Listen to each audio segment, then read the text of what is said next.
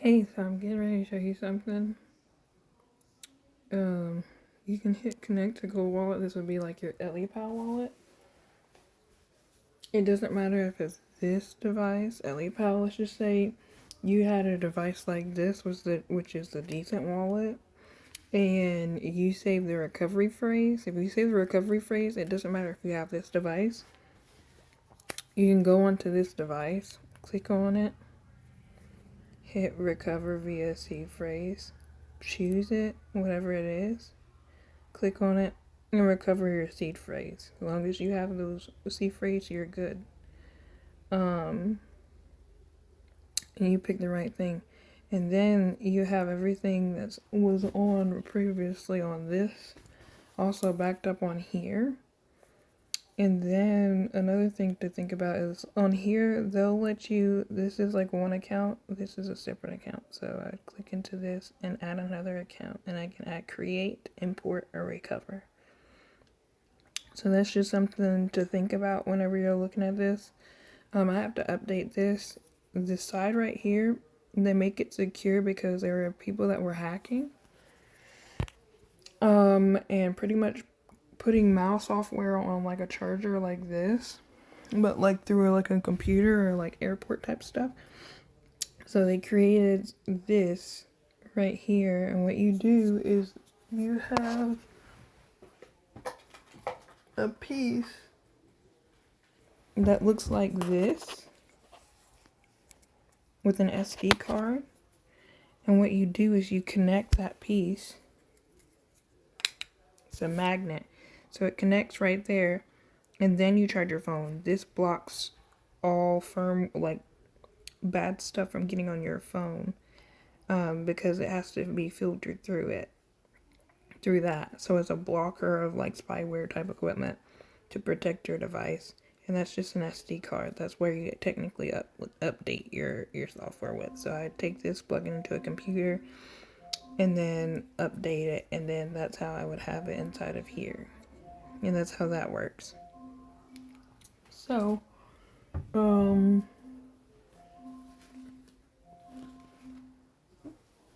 seed phrase and recovery phrase, they'll be on like a paper document similar to this, and this is just like one that they have listed up here. So that would be like a seed phrase. And this is just the back of the card, so it's generic. It's part of it. But this is what you would use. And you have like a recovery sheet. And as you see, it says confidential information. So that's where you would document, which allows you to then put it on a different type of device. So if you wanted to switch from Decent to EliPal or EliPal to whatever wallet it is, that's how you keep track of all of that. And then you also have the ability to create hot wallets. So I'm going to click into here. Where do I need to click to? I think it's this. Nope, it is this. Nope, it is this. Okay, so this is a hot wallet. This is a hot wallet. That means it's not connected to this device. Those wallets, this device has separate wallets. And remember, whenever you're clicking into it, whenever you hit this top portion, and that requires a password. It has accounts that you can add like that. So this device is separate, and that's a cold wallet. And that's why it says hot wallet, connect to cold wallet. These are hot wallets, and this is a cold wallet. So they're separate. This lives on the phone. Anytime you see this, that means it lives on the phone. And this means it's on that device that I was just showing you. And you can have multiple, of course, on that device. So it's just something to think about and know. And then you're able to create your own seed phrase. So like if you're doing it through so that each wallet kind of stays protected, if that makes any sense. So, for instance, with the I'm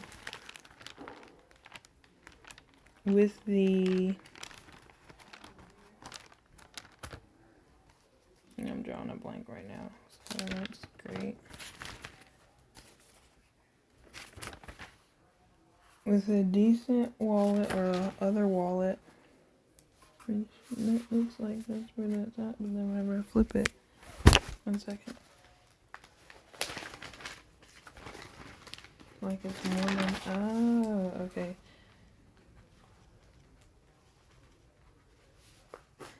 So you can have the same on a different wallet. Like if you're trying to like have more than one access point, that would be how you would do that.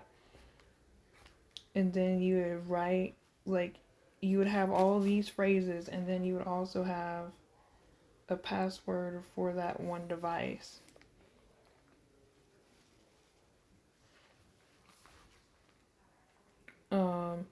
Or fingerprint.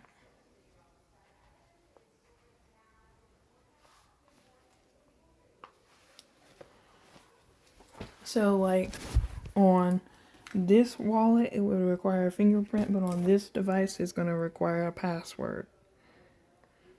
And then that's not including the password that would be on the phone, because this password, unless you make it the same, this password on here will be a different password than the password that you save onto your phone for here. So like, let's just say I wanted to make a transaction. I'm going to see if it'll let me do it.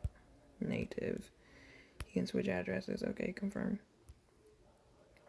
So let's see if I'm just trying to like make it do something, anything for that matter. As you can see, 5 bitcoins, it's $342,000. So that's a lot. But this password, I have this password saved somewhere, God knows where. But this password is a separate password, even if I were to attach the cold wallet, from the password with the cold wallet. So it's extra secure. And these passwords with the hot wallets that are listed up here all have different passwords, and you can like put in see how it says change password, seed phrase, change password, export private key, and it allows you to do all of those things. So that's just something to think about. Another thing to think about too, outside of just that, this is saying that there's 2.6 of this on here and not very much XDC, which I'm okay with that. Because this is pretty much, as you can see, is a hot wallet. I use hot wallets to make transactions because I don't want people to have access to my actual wallet. And staking it allow it to like transfer. So that is definitely how I do that. But yeah, with Decent Wallet, like I said, it requires a fingerprint here, but it also requires a fingerprint on the device.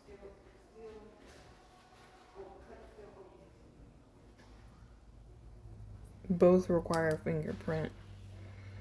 Now it's a possibility that you could change it, or like you take it where it says unlock, remove the fingerprint, and it just requires the password with this one. But again, yeah, and as you can see, they updated where you can put exchange, swap, and buy through here, because they're trying to centralize a lot of stuff too. But you essentially just take stuff and you break it down in here, and that's how you want to essentially manage. But okay, it says accounts. Now with this wallet, with the cold wallet portion, because the biometric would be the cold wallet, that means that you can only open this part, the it looks the same device that I showed on there that looks like that. You can only open it through biometric, through fingerprint. The other portion you could technically open without fingerprint and just not enable it on the app.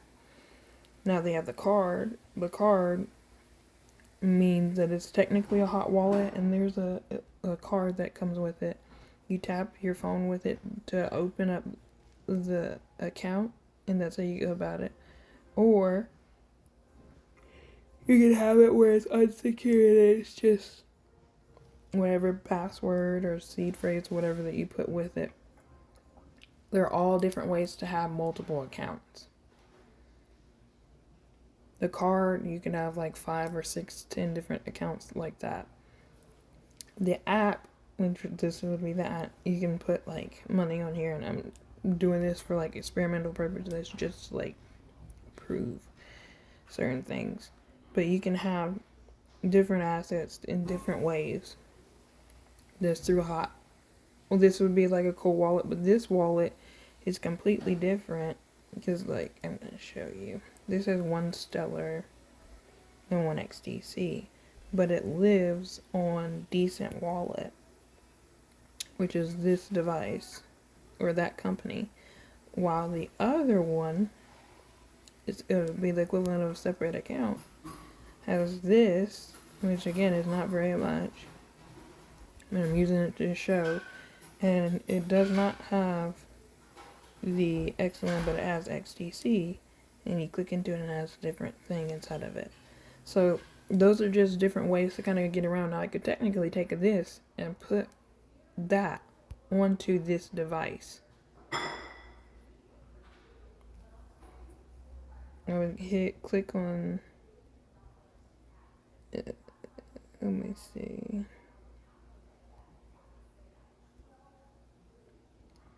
Add wallet recovery. Recapable requirement. We proceed. Understand. And I would take the recovery words from this device, the seed phrase.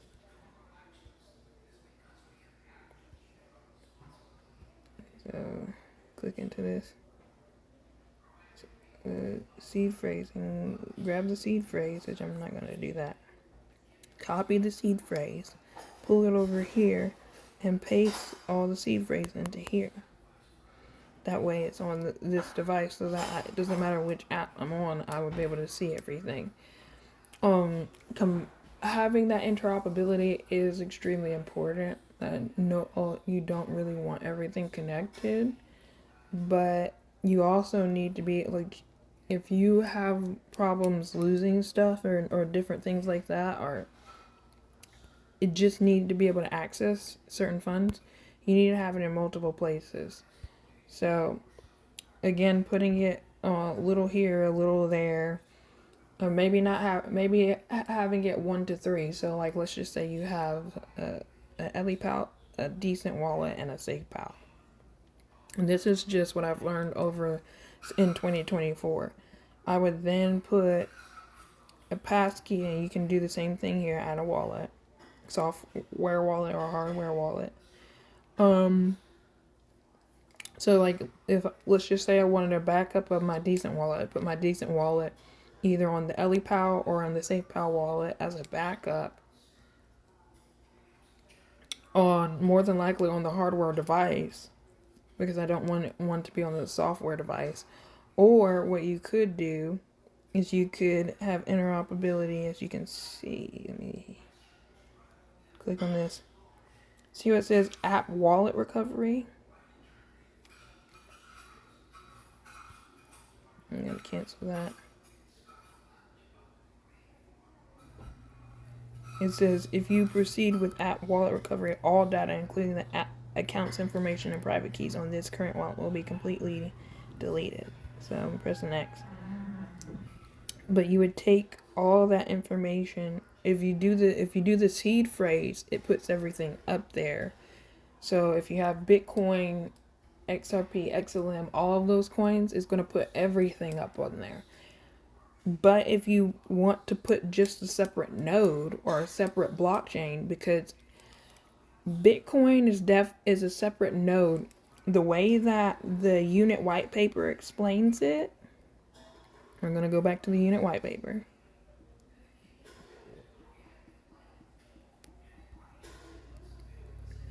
The unit white paper, whenever you click into it, it talks about a basket of assets, or a basket of reserve assets is what it's stated here within the white paper, and that is all backed by gold. And it talks about those asset reserve basket all measured in gold. It says all of them.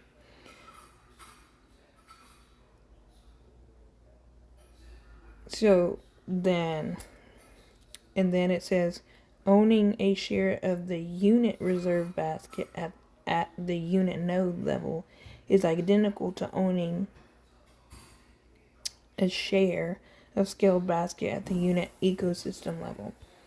So what does that mean? This unit particular thing is supposed to be a national currency. National currencies. National currencies.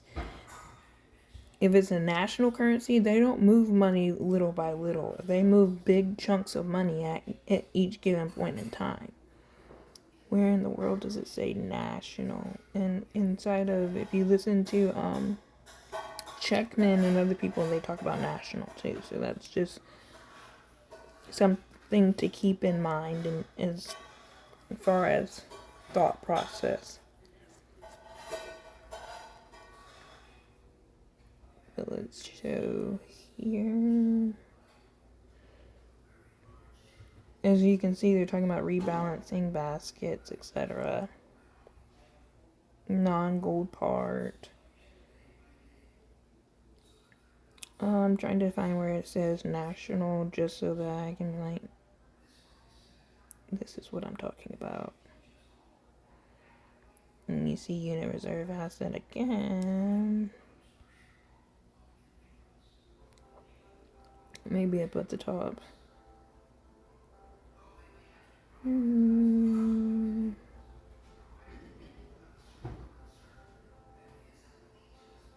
Legal uncertainties.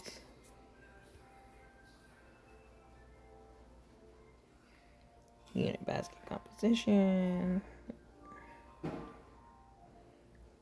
As you can see, previously minted by each node, unit node. Each one's considered its own node, and I'll explain that a little bit more in detail as soon as I find the national portion.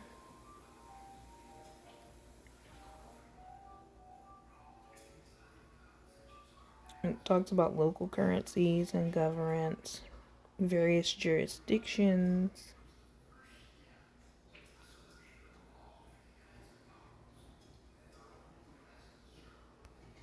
interbank transfers, unit validation protocol, governance.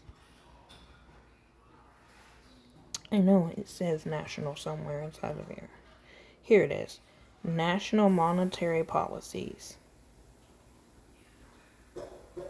National sovereignty and independent monetary policies in countries with central banks employ policies. Okay, so this particular currency is a national currency. Now, then what we're going to do is we're going to go back, and they say any national currency, political agency. So that means that this is going to be traded on the blockchain on a national level. Not something that we could technically get into. How do I know it's not something we can technically get into? Because you click out of here and go to network. Click into network, the unit network portion, and click into it. And you hit login. It states that you have to have an invite. Trust me, I've tried. Look, sign up. Inviter user. So who's inviting you into it? Which means that it's the BRICS nation, okay? So let's go to the documentation here and go to the ecosystem, maybe?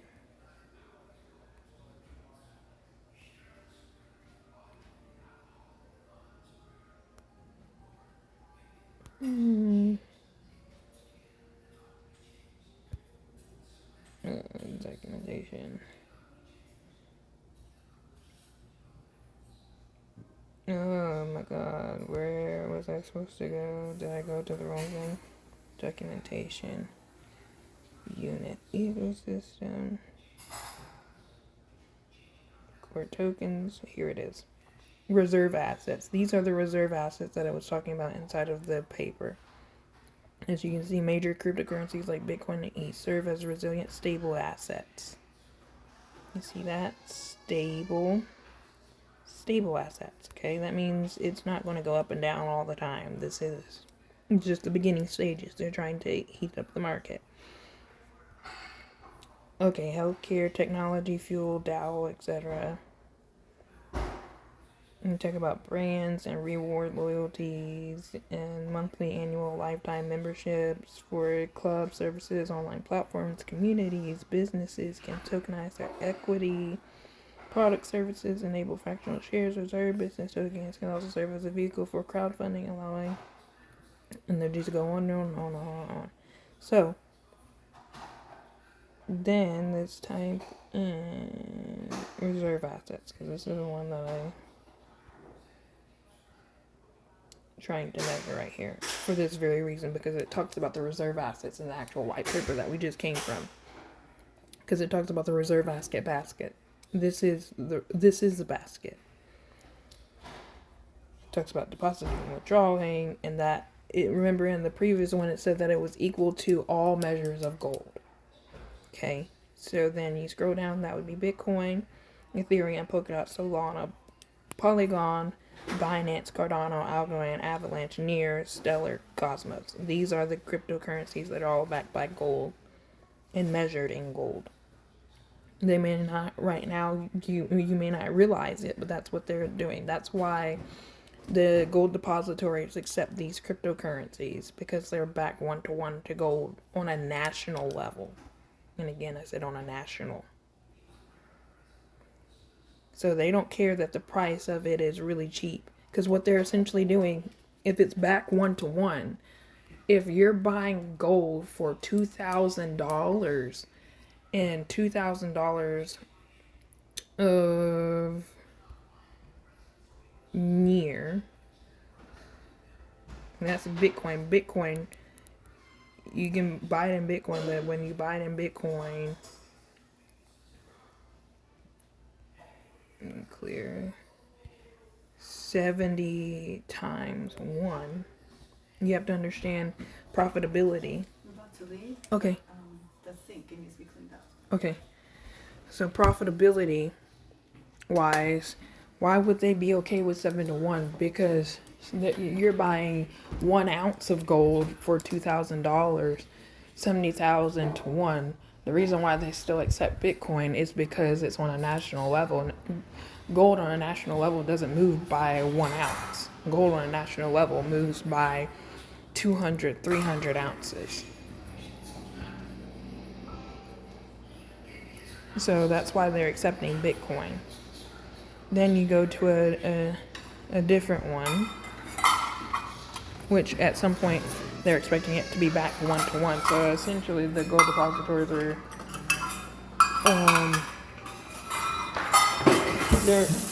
they're profiting because they know what's coming. And that's why so many are doing it all at one time. So you want to put that in the trash, please? Oh, the sponge or the... No, well, that stuff. Yeah, that's what I'm doing. Okay.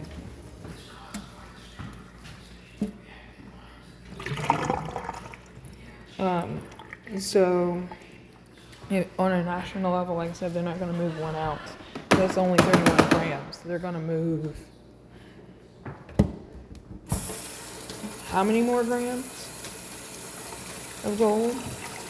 And you have to understand, Bitcoin is 21 million, and that's it. That's all that exists. While the other assets have more that are backing it, etc. So those are just all things that you've got to think about whenever you're looking at owning this, that, or the other. But it's not just Bitcoin that looks that way. You have ADA that's up there. Avalanche is $23. DOT, which is going for 3. XLM's up there, Atom's up there. All of these, it says all of the reserve assets have to be backed 1-to-1, not just 1 or 2 or however many. It has to be all of them. So, knowing that, that's what you should be using to make your determination, because that's what the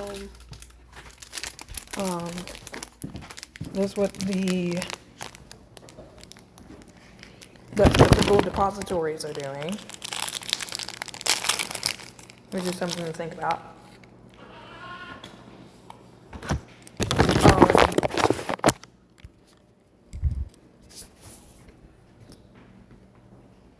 And they're accepting all of those as assets.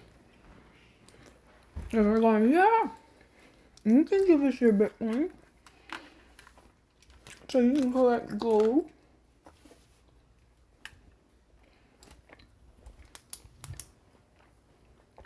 And when it gets revalued, that's technically a buyback.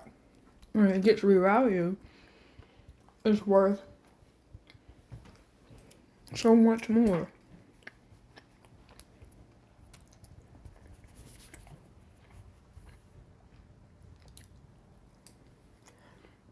But it has to get revalued.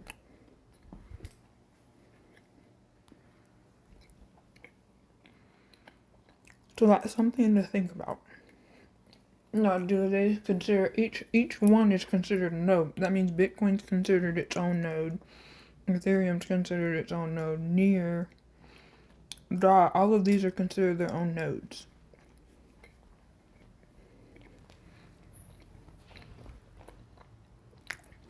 Enbridge is considered XRP. And AELF.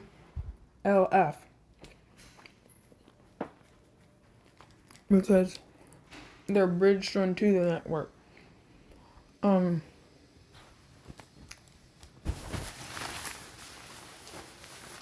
So if you're owning the infrastructures that are moving national money,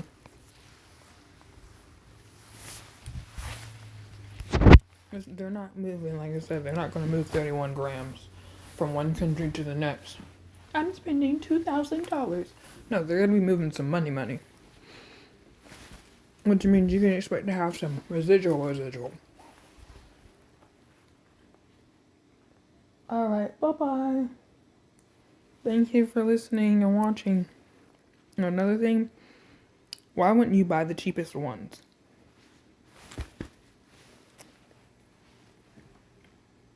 If you all know that's going to be backed by gold. Now, do I know if it's going to be like, does Bitcoin represent, like, since it's 21 million, does it represent like a certain unit node? Which it does represent a certain unit node, so then that means it's going to be priced. It's a possibility it's still priced at a different price as this. Is all priced at the value of gold, though.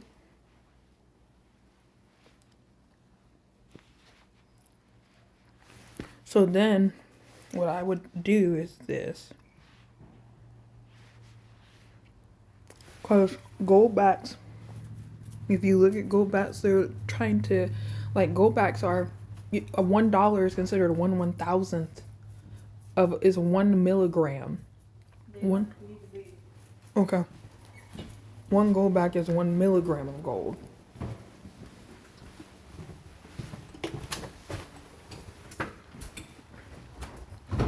So breaking down the calculations of that, I may do that in another video.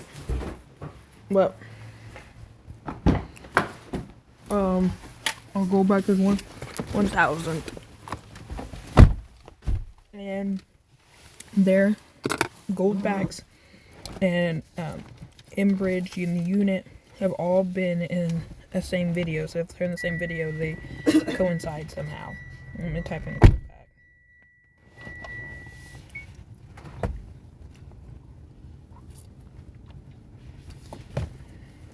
Meaning to expected evaluation. Re-evaluation, I should say.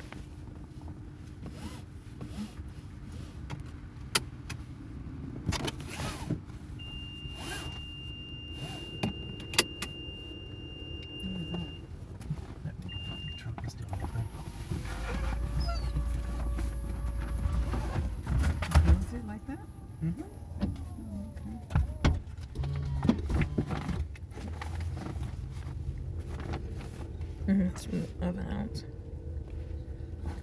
You see that? It gives you an indication of what to look for.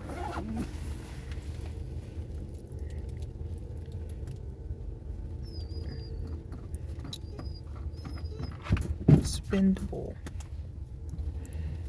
So at this denomination, that's going to be considered spendable.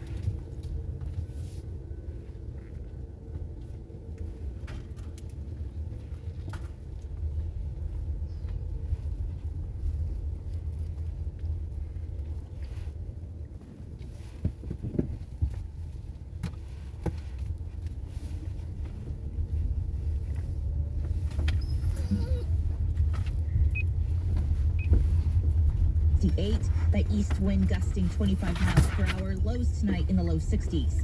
Tomorrow starting off cloudy with afternoon sunshine, high 77. Wednesday the clouds return with scattered rain showers mainly on the southeast side of town, high 72. It is 58 degrees right now in Cummings, 61 in Stockbridge, 61 degrees in Midtown Atlanta at 9:34. More news at 10. Breaking news when it happens. I'm Judd Higginbotham, 95.5 WSB.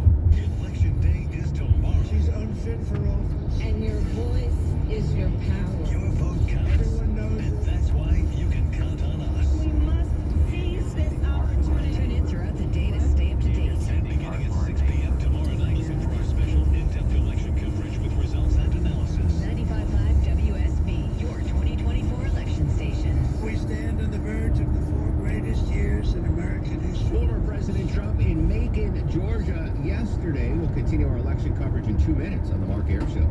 At Cigna Healthcare, we're designing a better way to treat your aching bones and joints. And that starts with predicting problems before they even become problems, up to a year in advance, with up to 93% accuracy. When you save time avoiding surgeries you don't need, you can spend time doing the things you love. When it comes to healthcare, a better system means better outcomes for everyone. That's better by design. Learn more at Cigna.com/better. Can you believe it, friends? Fall is here. Now's the time to get your home's roof, siding, and windows ready for the change of season.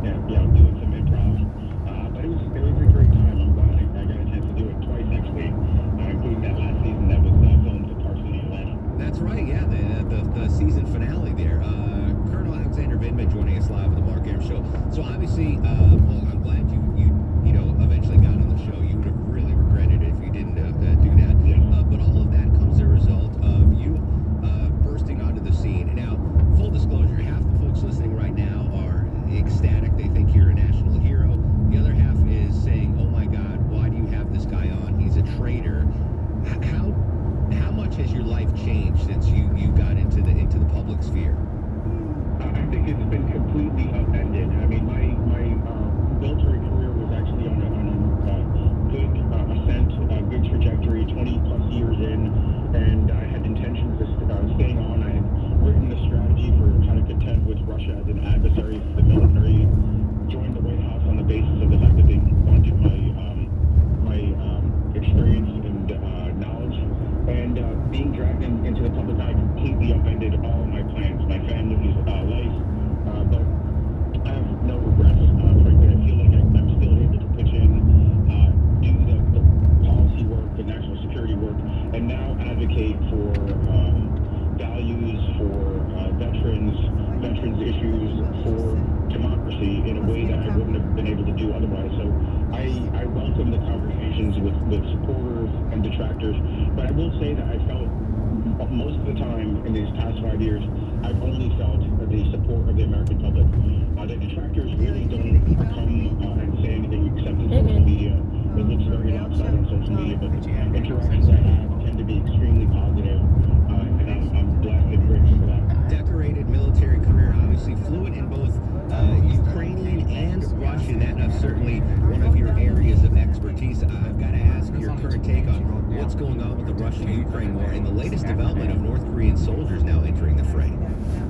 Yeah, it's a disturbing spillover.